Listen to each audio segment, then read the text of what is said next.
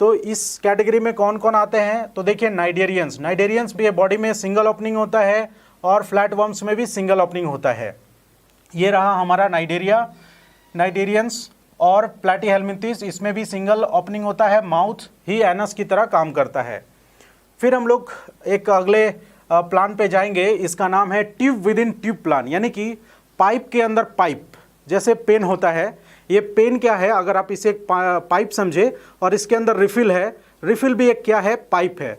तो पाइप के अंदर पाइप का प्लान है, साथ में दो ओपनिंग, एक तो इधर जिधर से इंक निकाल सकते लिखने वाला हिस्सा, और दूसरे तरफ भी ओपनिंग होता है जिसमें एक माउथ होता है और दूसरा एनस होता है। और ट्यूब के अंदर जो दूसरा ट्यूब है, अंदर वाला ट्यूब, वो गट होता है, यानी कि पूरा एलिमेंट्री कैनाल को रिप्रेजेंट करता है, और बाहर वाला जो ट्यूब होता है वो पूरे बॉडी वॉल को रिप्रेजेंट करता है। जैसे कि एक इंसान का शरीर भी आप देखेंगे तो इस पूरे बॉडी को एक ट्यूब अगर आप मान लेते हैं, तो इसके अंदर जो डाइजेस्टिव सिस्टम है हमारा, डाइजेस्टिव एलिमेंट्री कैनल है हमारा, गट है जो हमारा, वो भी एक ट्यूब की तरह है। ये और बात है कि बहुत लंबा है, टेढ़ा मेढ़ा है, उससे मतलब नहीं है, लेकिन इस पूरे बॉडी को अगर ट्यूब मानते हैं तो उसके अंदर एक दूसरा ट्यूब क्या हो गया, हमारा एलिमेंट्री कैनाल, और बाकी दोनों ट्यूब के बीच में बहुत सारे ऑर्गन्स रखे गए हैं।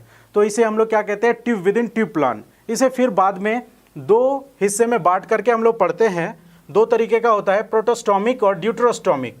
तो अगर एम्ब्रियोनिक डेवलपमेंट में जो ट्यूब है, इसमें सबसे पहला ओपनिंग जो है अगर माउथ बनता है तो उसे हम लोग प्रोटोस्टोमिक कैटेगरी में रखते हैं, और अगर सबसे पहला ओपनिंग एनस बनता है तो उसे हम लोग ड्यूटेरोस्टोमिक कैटेगरी में रखते हैं। तो प्रोटोस्टोमिक कैटेगरी में कौन होता है, राउंड वर्म्स होते हैं, एनालिड्स होते हैं, मोलस्क होते हैं और आर्थ्रोपॉड्स होते हैं।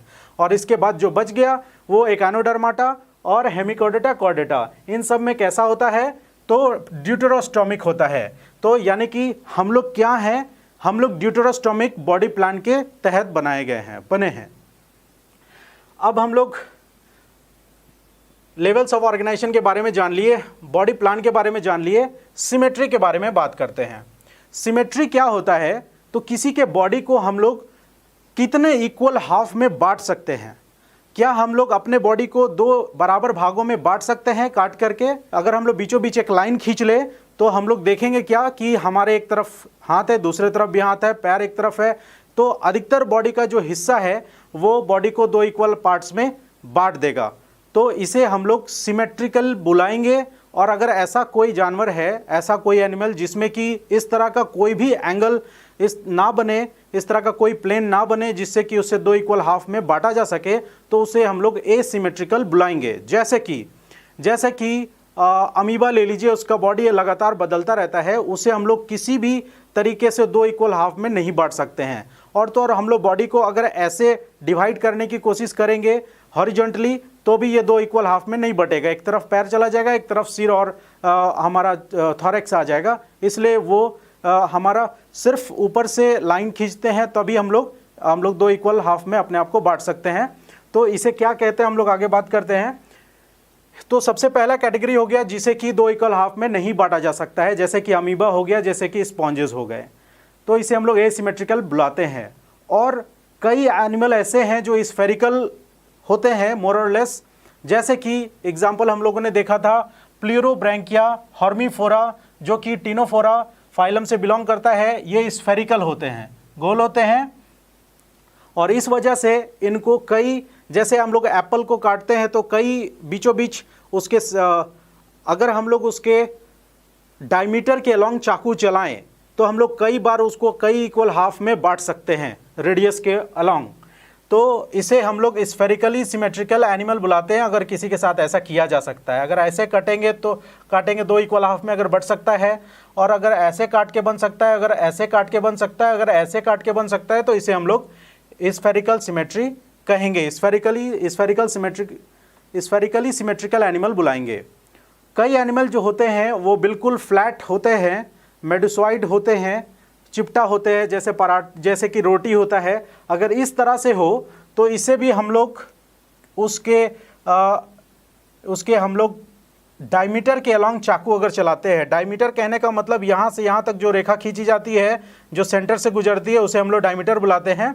और अगर ऐसे काटे और अगर इक्वल हाफ में बढ़ गया तो भी, अगर ऐसे काटे तो इक्वल हाफ में बढ़ गया तो भी, अगर हम ऐसे काटे तो भी, ऐसे काटे तो भी, अगर किसी भी तरीके से एक बार भी या दो, एक से ज़्यादा बार, कई बार अगर इसे हम लोग रेडियली काट के दो बराबर भागों में बांट सकते हैं तो वो रेडियली सिमेट्रिकल एनिमल कहे जाएंगे। खास तौर पे जो इकानोडर्माटा के एनिमल होते हैं वो रेडियली सिमेट्रिकल होते हैं, इसमें स्टारफिश रिप्रेजेंटेटिव है। बायलेटरली सिमेट्रिकल, जैसा कि अभी मैं खुद का एग्जांपल दे रहा था कि हम लोग अपने आप को बीचों बीच अगर बीचों बीच डिवाइड करें तो दो इक्वल हाफ में हम लोग बट सकते हैं, तो वो क्या हो गया, बायलेटरली सिमेट्रिकल। लेटरल मतलब होता है दो किनारा, बायलेटरल मतलब दो किनारा, और बीचों बीच अगर हम लाइन खींचते हैं या फिर इसे डिवाइड करते हैं तो दो इक्वल हाफ में हम लोग इसे बांट सकते हैं। तो जब एनिमल्स का क्लासिफिकेशन किया जाता है, किया गया है, तो उसमें इसका काफ़ी ध्यान रखा जाता है। इसके बाद हम लोग बात करेंगे जर्म लेयर्स के बारे में, सिलोम के बारे में, सेगमेंटेशन के बारे में। तो चलिए देखते हैं। अब हम लोग जर्म लेयर के बारे में बात करेंगे। देखिए, जब एम्ब्रियोनिक डेवलपमेंट होता है तो कई स्टेजेस होते हैं। शुरुआत में जाइगोट होता है, जाइगोट फिर कई सेल का बनता है, तो उसे मोरूला, ब्लास्टुला, कैस्टुला, ब्लास्टोसिस्ट कहते हैं। तो ब्लास्टोसिस्ट के बाद वो 3 लेयर में डिवाइड होता है, इनर सेल मास। तो 3 लेयर में कभी कभी डिवाइड होता है और किसी किसी एनिमल में 2 लेयर में डिवाइड होता है। तो हम लोग बात करेंगे कि कहाँ से कहाँ तक के एनिमल में 2 लेयर में डिवाइड होता है और कहाँ तक के एनिमल में 3 लेयर में डिवाइड होता है। तो देखिए, जो हमारा ये फाइलम है जिसमें कि सबसे पहला ट्रिप्लोब्लास्टिक एनिमल जो है वो प्लैटीहेल्मिन्थ्स है, यानी कि फ्लैट वर्म्स हैं। तो फ्लैट वर्म्स और इसके बाद जितने भी फाइलम है, यानी प्लैटीहेल्मिन्थ्स, एस्केल्मिन्थ्स, एनालिडा, आर्थ्रोपोडा, मोलस्का, एकानोडर्माटा, हेमिकोडर्टा, कॉर्डेटा, ये सब के सब क्या है, तो ट्रिप्लोब्लास्टिक है। कहाँ से चालू हुआ, तो प्लैटीहेल्मिन्थ्स से चालू हुआ। इसका क्या मतलब है, तो एम्ब्रियोनिक डेवलपमेंट के दौरान ये इनर सेल मास जब 3 लेयर में बंटता है, जैसे कि कौन सा लेयर, ये सबसे बाहर का लेयर है जो ब्लैक से मिल रहा है, ये हो गया एक्टोडर्म। बीच वाला ब्लू वाला है लेयर, इसे कहते हैं हम लोग मीजोडर्म। और सबसे अंदर में एक है लेयर जिसे हम लोग कहते हैं इंडोडर्म। जब ऐसा होता है ब्लास्टुला की स्टेज के दौरान, तब हम लोग इसे क्या बुलाते हैं, ऐसे एनिमल को ट्रिप्लोब्लास्टिक एनिमल बुलाते हैं। और वो कहाँ से कहाँ तक देखने को मिलता है, तो प्लैटीहेल्मिन्थ्स के बाद सारे फाइलम्स में देखने को मिलता है। तो प्लैटीहेल्मिन्थ्स से ऊपर में हमारे पास 3 फाइलम है, पोरीफेरा, सिलेंड्रेटा और टीनोफोरा। ये तीनों फाइलम में क्या होगा, तो सिर्फ 2 लेयर होते हैं एम्ब्रियोनिक लेयर, जिसमें सबसे पहला हो गया एक्टोडर्म और दूसरा हो गया इंडोडर्म। अब बीच में खाली जो स्पेस होता है एक्चुअल में कोई लेयर नहीं है, इसे हम लोग मीजोग्लिया बुलाते हैं, मीजोडर्म नहीं बुलाते हैं। तो ऐसे एनिमल को क्या बुलाते हैं हम लोग, डिप्लोब्लास्टिक एनिमल, और जिसमें 3 लेयर होता है उसे हम लोग ट्रिप्लोब्लास्टिक बुलाते हैं। तो प्लैटीहेल्मिन्थ्स आपको याद रखना है, प्लैटीहेल्मिन्थ्स से के बाद जितने भी एनिमल्स फाइलम है वो सब के सब ट्रिप्लोब्लास्टिक इंक्लूडिंग प्लैटीहेल्मिन्थ्स, और इसके ऊपर 3 फाइलम है, पोरीफेरा, सिलेंड्रेटा, टीनोफोरा, वो क्या होंगे, डिप्लोब्लास्टिक। अब हम लोग बात करेंगे सीलोम के बारे में। ये बहुत ही इंपॉर्टेंट है। सीलोम क्या होता है, ये बॉडी के अंदर बॉडी कैविटी है, खाली जगह है। प्रैक्टिकली पहले इसे समझिए सीलोम होता क्या है। तो हम लोगों ने tube with in tube plan के बारे में पढ़ा था, खुद का एग्जांपल ले करके। तो ये पूरा बॉडी मेरा क्या है, बॉडी वॉल है, एक ट्यूब है, और उसके अंदर जो एलिमेंट्री कैनाल हमारा आंत है, जिसमें कि ईसोफेगस से लेकर स्टमक से लेकर के small intestine, large intestine, anus तक, ये पूरा क्या है, पाइप है। तो पाइप के अंदर पाइप है, तो इन दोनों पाइप के अंदर में क्या है, तो इन दोनों पाइप के बीच में क्या है, एक तो बाहर बॉडी वाल हो गया, एक अंदर में गट वाल हो गया। इन दोनों के बीच में liver, kidney, pancreas, heart, lungs, ये सब भरा हुआ रहता है। तो ये जो खाली जगह है जहाँ पर ये सारे चीज़ भरे हुए रहते हैं, इसी को हम लोग सीलोम बुलाते हैं। तो चूंकि हम लोग सबसे एडवांस कैटेगरी में आते हैं, यानी कि कॉर्डेटा में आते हैं, तो यहाँ तो सीलोम भली भांति बन चुका है। तो हम लोग देखेंगे कि यहाँ सबसे पहले कहाँ से बनना चालू हुआ। तो देखिए, हमारा एस्केल्मिन्थ्स राउंड वर्म्स है, यहाँ पर सबसे पहले सीलोम बनने की कोशिश हुई, लेकिन ये अधूरा रहा, इसीलिए यहाँ पे इसे सूडोसीलोमेट बुलाते हैं, यानी कि इनके पास फॉल्स सीलोम है। इनके पास इस तरह का खाली जगह तो है, लेकिन वो सीलोम इसलिए नहीं कहा जा रहा है क्योंकि वो मेसोडर्म के लाइनिंग से नहीं बना है। अभी हम लोग इसके बारे में समझेंगे। तो एस्केल्मिन्थ्स से नीचे सारे के सारे क्या हो गए, सीलोमेट हो गए। ए स्केलमिंथिस क्या है, सूडोसिलोमेट है, फॉल्स सिलोम है इनके पास। उसके नीचे सारे में क्या है, ट्रू सिलोमेट है, इसलिए वो सिलोमेट है। और ए स्केलमिंथिस से ऊपर जितने भी हैं, 4 हो गए, पोरीफेरा, सिलेंट्रेटा, टिनोफोरा, प्लैटिहेलमिंथिस, ये सब के सब क्या हो गए, ए सिलोमेट हो गए। इनमें सिलोम नहीं होता है। सिलोम होता क्या है एक्चुअल में, तो देखिए हम लोग फिर से अपने 3 जर्म लेयर को बनाएंगे। ये सबसे बाहर का है इक्टोडर्म, ये सबसे भीतर का है मीजोडर्म, और सॉरी सबसे भीतर का इंडोडर्म, और बीच में जो होता है ये ब्लू रंग का मैं बना रहा हूँ, ये क्या हो गया, ये हो गया आपका मीजोडर्म। तो मीजोडर्म क्या होगा, ये 2 पार्ट में बटेगा। कैसे बटेगा, जैसे हम लोग रोटी को एग्जाम्पल पे लेते हैं, जब रोटी फूलता है तो क्या होता है, 2 पार्ट में टूट जाता है। उसी तरीके से ये ब्लू रंग का जो लेयर है ये 2 पार्ट में टूटेगा, और एक इसके साथ चिपक जाएगा, इस लेयर के साथ यानी कि इक्टोडर्म के साथ, और दूसरा इस लेयर के साथ चिपक जाएगा। और इसके बीच में जो भी खाली जगह बचेगा इसे हम लोग क्या बुलाएंगे, इसे हम लोग सिलोम बुलाएंगे। कैसा सिलोम बुलाएंगे, तो ट्रू सिलोम बुलाएंगे। मैं फिर से बता रहा हूँ, ये सबसे बाहर का लेयर है, इसे हम लोग इक्टोडर्म बुलाएंगे। ये सबसे भीतर का लेयर है, इसे हम लोग इंडोडर्म बुलाएंगे। हम लोगों को इन दोनों से कोई मतलब फिलहाल नहीं है। बीच का एक लेयर है जिसे हम लोग क्या बुलाएंगे, मीजोडर्म बुलाएंगे। मीजोडर्म क्या होगा, 2 लेयर में टूट जाएगा, और एक लेयर क्या होगा, इस पर चिपक जाएगा, इक्टोडर्म के साथ चिपक जाएगा, और दूसरा लेयर क्या होगा, इस हरे वाले इंडोडर्म के साथ चिपक जाएगा। तो बीच का जो मीजोडर्म है वो इतना चौड़ा हो गया, यहाँ खाली जगह, यहाँ पे क्या है, स्पेस। देखिए रोटी फूलता है तो क्या होता है, एक लेयर इधर एक लेयर इधर, बीच में हवा भर जाता है। उसी तरीके से यहाँ एक लेयर इधर चला गया, एक लेयर इसके साथ चिपक गया, बीच में ये खाली जगह है। तो ये जो खाली जगह है इसी को हम लोग क्या बुलाते हैं, बॉडी कैविटी, इसी को हम लोग सिलोम बोलते हैं। और ऐसा जिसके शरीर में हो जाता है उसे हम लोग सिलोमेट बुलाते हैं विथ ट्रू सिलोम। किन में देखा जाता है, एनेलिडा, आर्थ्रोपोडा, मोलस्का, कैनोडर्मा, हेमिकोडर्मा।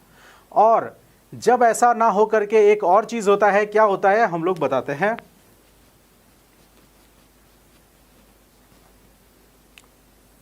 ये है एक्टोडर्म, ये है एंडोडर्म, और ये है मीजोडर्म। अगर मीजोडर्म इस बाहर वाले में चिपक जाएगा और इसका 2 पार्ट नहीं बनेगा, और इंडोडर्म में इसका कोई हिस्सा नहीं चिपकेगा, उसके बाद भी यहाँ खाली जगह है, तो इस खाली जगह को हम लोग क्या बुलाएंगे, खाली जगह बुलाएंगे, लेकिन सिलोम नहीं बुलाएंगे। इसे कैविटी बुलाएंगे, लेकिन सिलोमिक कैविटी नहीं बुलाएंगे।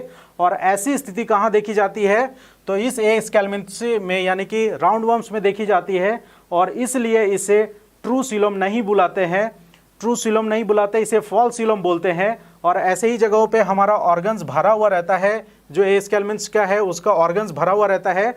तो आप जान गए ट्रू सिलोम होने के लिए जरूरी है कि जो खाली जगह है उसके दोनों परतों में क्या होना चाहिए, मीजोडर्म का लेयर होना चाहिए। यानी कि यहाँ पर भी इंडोडर्म के साथ ब्लैक वाला चिपकना चाहिए, और बाहर में इक्टोडर्म के साथ भी ब्लैक वाला चिपकना चाहिए, और बीच का खाली स्पेस, तब हम लोग क्या बुलाएंगे, उसे सिलोम बुलाएंगे। अदरवाइज उसे सिलोम नहीं बुलाएंगे। और जिसमें ऐसा नहीं होता है, सिर्फ इक्टोडर्म, मेसोडर्म और इंडोडर्म होता है और खाली जगह रहता है, तो उसे हम लोग एसिलोमेट बुलाते हैं। या फिर डिप्लोब्लास्टिक एनिमल रहा तो यहाँ पर मेसोडर्म तो है ही नहीं, इसलिए सिलोम नहीं होगा। बॉडी कैविटी हो सकता है लेकिन वो कैविटी सिलोम नहीं कहला सकता है। अब हम लोग बात करेंगे सेगमेंटेशन के बारे में। क्या होता है सेगमेंटेशन, तो बॉडी जो है हमारा डिविजिबल है। देखिए यहाँ हेड है, फिर नेक है, फिर ये थोरैक्स रीजन है, एब्डोमेन रीजन है। उसी तरीके से आप अर्थवर्म में देखेंगे तो कई पार्ट में टूटा टूटा हुआ रहता है, तो वो बाहर से जो खंडित रहता है वो अंदर तक खंडन रहता है उसका, तो उसे हम लोग मेटामेरिक सेगमेंटेशन बुलाते हैं। इसका भी ध्यान रखेंगे। फिर सेक्सुअल डायमॉर्फिज्म का ध्यान रखेंगे, उसमें हेड बना है कि नहीं उसका ध्यान रखेंगे। उसमें जो फर्टिलाइजेशन होता है, अगर पानी में हो रहा है तो अधिकतर केस में वो एक्सटर्नल फर्टिलाइजेशन होता है, और अगर टेरेस्ट्रियल एनिमल है तो उसमें इंटरनल हो सकता है। डेवलपमेंट में लार्वल स्टेजेस आता है, कभी नहीं आता है। डाइजेस्टिव सिस्टम कंप्लीट इनकम्प्लीट हो सकता है। ब्लड वास्कुलर सिस्टम किसी में ओपन क्लोज हो सकता है। रेस्पिरेटरी सिस्टम में अलग अलग ऑर्गन हो सकते हैं, एक्सक्रीशन के लिए अलग अलग ऑर्गन हो सकते हैं। नर्वस सिस्टम का डेवलपमेंट अपने अलग अलग स्टेजेस में हो सकता है। रिसेप्टर्स कई तरह के मौजूद हो सकते हैं। किसी एनिमल में एक्सटर्नल स्केलेटन मिल सकता है, किसी में इंडो स्केलेटन मिल सकता है। नोटोकॉर्ड प्रेजेंट एब्सेंट देखा जाता है, और हम लोग एंडोक्राइन सिस्टम का फंक्शन भी कहाँ पर है, कितना है, इसके बारे में भी ध्यान रखते हैं। तो इन्हीं सारे हेडिंग्स में हम लोग सारे एनिमल्स को क्लासीफाई करते हैं, और क्लासीफाइफिकेशन के बाद हम लोगों को ये जो फाइलम है वो मिला है, और इसी फाइलम्स को हमें इसी सीक्वेंस में याद रखना चाहिए। Porifera, Coelenterata, Ctenophora, Platyhelminthes, Aschelminthes, Annelida, arthropoda.